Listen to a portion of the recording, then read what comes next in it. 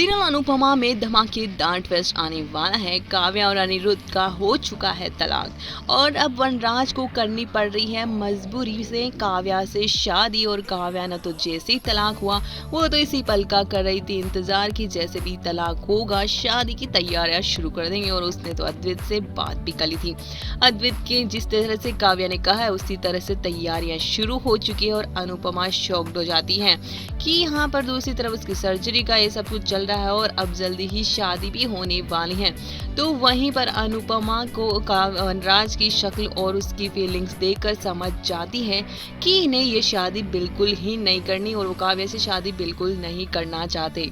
तो भाई अब अनुपमा वनराज से बात करने वाली है और उसे समझाने वाली है कि जिससे आप प्यार करते हैं आप उसके साथ रहें और उसे खुश रखें। लेकिन वनराज उसे साफ कह देगा और कह देगा कि मुझे काव्या से कोई शादी नहीं करनी है।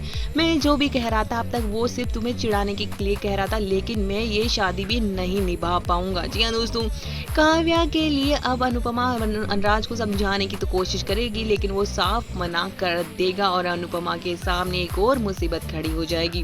और अनुपमा अब काव्या को समझाने की कोशिश करेगी कि जिस बंधन में तुम बनना चाहती हो इतनी जल्दीबाजी मत करो कि तुम इस शादी के लिए पछताओ। पहले भी तो तुम्हारे साथ अनिरुद्ध और तुम्हारे साथ ऐसा ही कुछ हो चुका है और एक ऐसे रिश्ते में बंधकर कि तुम बस सिर्फ जिद के साथ और अपने प्यार को पाने के लिए सब कुछ कर रही हो।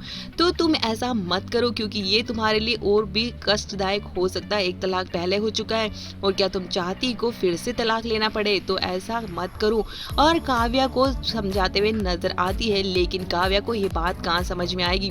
काव्या उल्टा अनुपमा को ही समझा देगी और कह देगी कि हाँ तुम तो यही चाहती हो ना मैं वनराज की जिंदगी में कभी ना आऊं।